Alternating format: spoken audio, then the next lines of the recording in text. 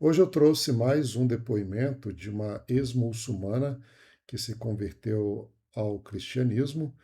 O vídeo está legendado, porque o original está em inglês, então eu traduzi e legendei.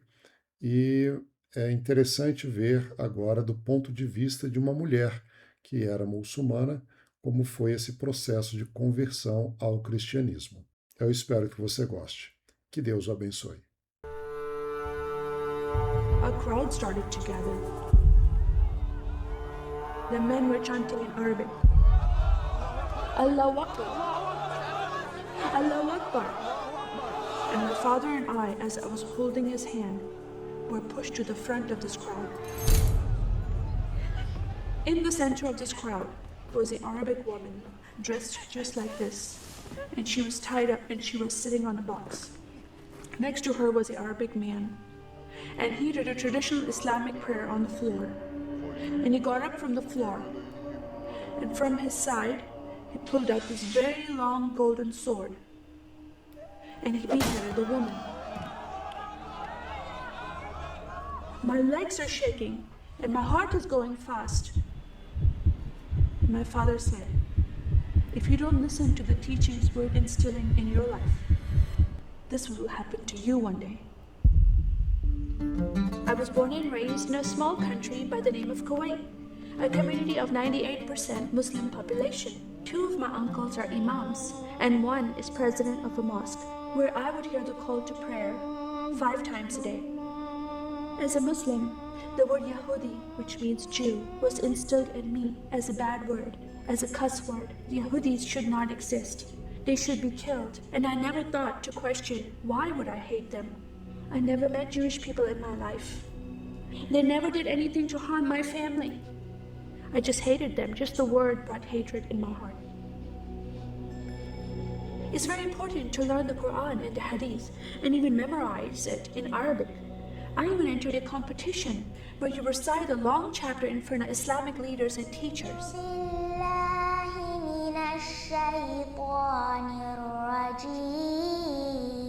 And I came second place. I thought I did a good job. But my father said, no, that's not good enough. Most of my life for me, it was alone, by myself, broken person, in need of love from my family, but I never received it from them. I tried to experience this love from Creator God, from Allah.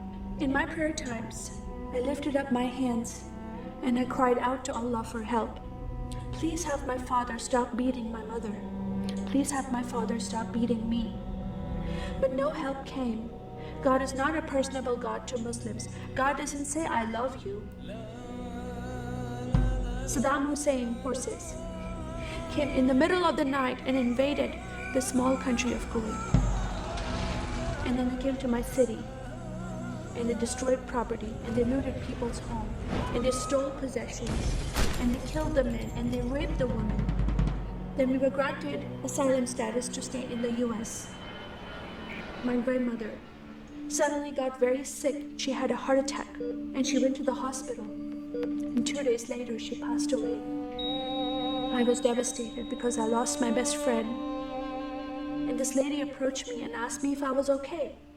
And I said, no, Paula, my grandmother died. And I just started to cry again. At that moment, I was hurting so much, only crying helped. And Paula came to me and put her arms around me and she gave me a hug. And then she asked me a question. Would you like to go to church with me?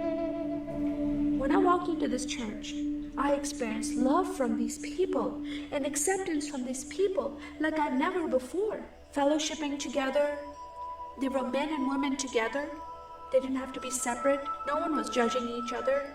And they knew I was Muslim. They were so friendly to me themselves, accepting of me and loving of me. And that was really surprising to me. And for the first time in my life, I heard a message from the Bible. He started reading the message about Yeshua. When he walked into the synagogue, he was given a scroll from Prophet Isaiah, and he opened the scroll and he started reading that scripture.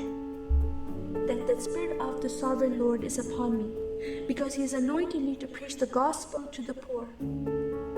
He has sent me to heal the broken heart and to proclaim liberty to the captive and freedom of sight to those who are bound, to proclaim the year of the Lord's favor. First time I heard these words of freedom and healing and liberty. I'm desperate to be freed from bondage. I was held captive in Islam, and I wanted to be freed from that. I was blinded with so much hatred in my heart. The darkness broke from my eyes. The veil came off my heart. I knew the decision I was making to leave Islam is a big decision. By Sharia law, Islamic law, it is death penalty. But I'm desperate to know a living God. In that day, I gave my life to becoming a follower of Jesus. This is the God of Israel, God of Abraham, Isaac, and Jacob. And the nation of Israel is God's heartbeat. And I said, God, forgive me. I did not know I hated your people. I love the Jewish people because it's their God, their Messiah that I'm following, and He told me to love them. I never knew what happened to the 6 million Jews that died. I never heard that in Kuwait in history. Now that I met Holocaust survivors, I know their story, and I shared my story with them.